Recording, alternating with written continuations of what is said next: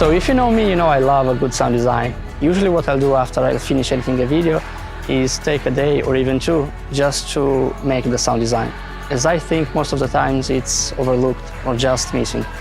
But in this video I actually wanted to try something different, and that's to record all the audio with this little guy. For my sound effects I normally use services like Epidemic Sound or Artlist. But there are two major downsides to this. The first one is the amount of time it takes to find the right sounds. And sometimes you have a specific sound in mind but don't know what to search for or how to find it. Then, even when you have all the sounds together, it's not easy to mix them up. And the second downside is you must pay for it monthly. You need an active subscription to websites like Epidemic Sound or Artlist to download these sound effects. Whilst for this mic you only pay once and you can use it anytime you want.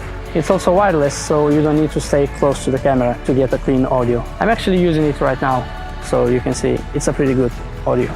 Now, I'm not saying I won't be using online services anymore. I just wanted to show you how easy you can create your own sound effects.